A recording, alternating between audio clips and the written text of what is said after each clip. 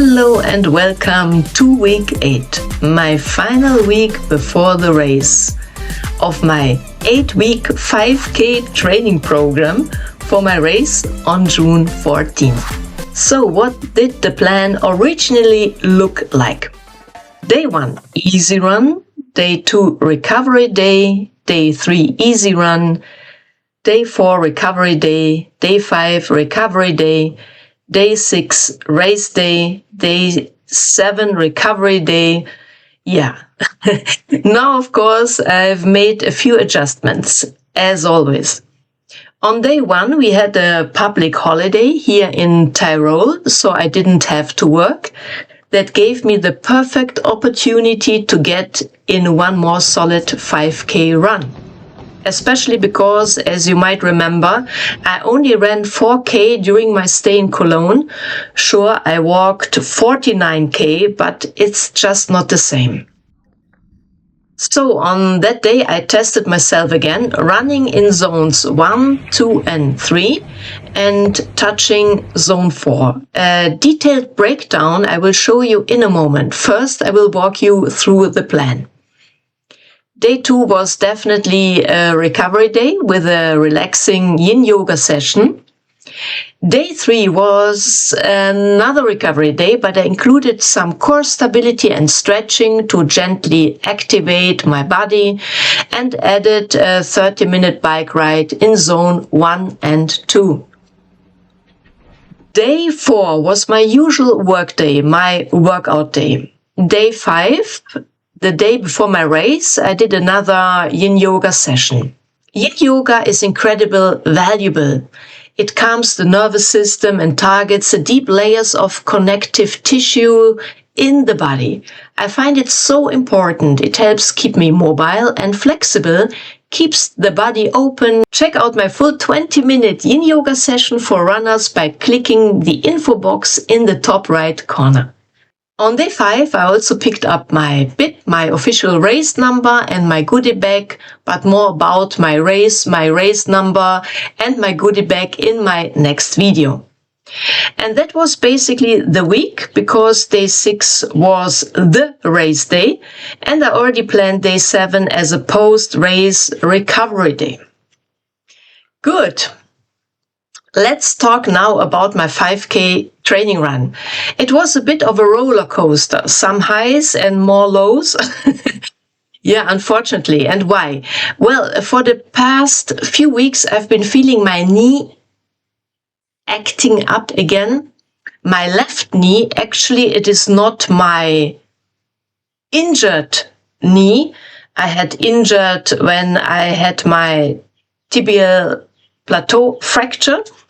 I had it on the right side, also my fracture was on the right side, and on the left side my knee was perfect. Now it's opposite. Yeah, the right knee is perfect, but the left knee is aching sometimes here and there.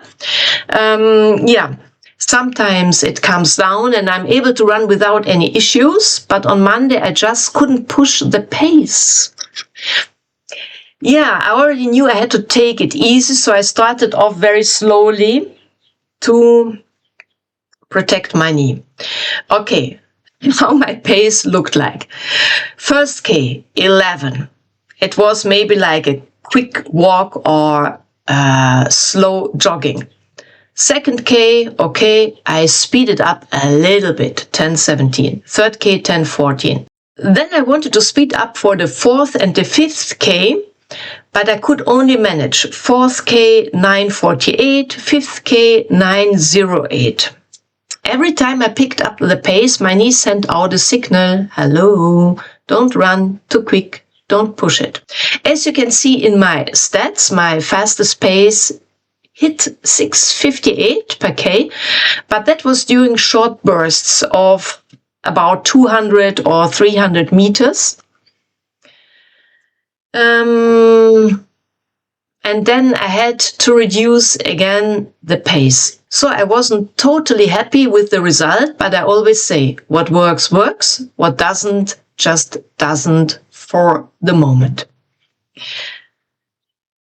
So that was my challenge number 1. This week, my knee. But I had 2 more challenges. Challenge 2 was that someone in my household got sick with a pretty bad respiratory infection.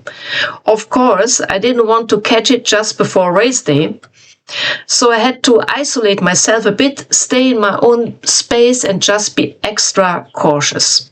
Challenge 3, the weather forecast. The forecast for Saturday calls for 31 degrees Celsius, 88 degrees Fahrenheit.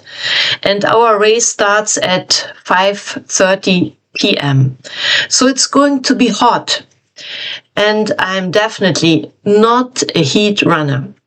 The race course does offer some shade and runs along the river Inn, which helps a bit, but it's still an asphalt route, and in the sun that will get pretty intense.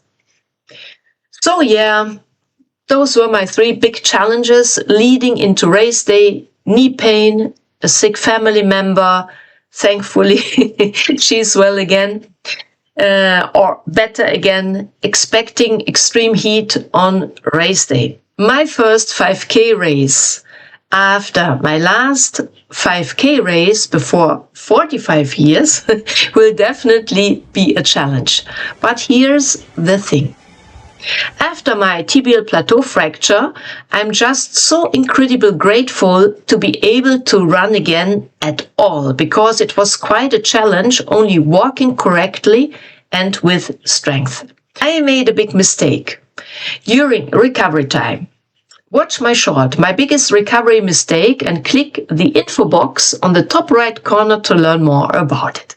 My personal motto is and always will be: pain-free before the run, pain-free during the run, pain-free after the run. Racing time is secondary.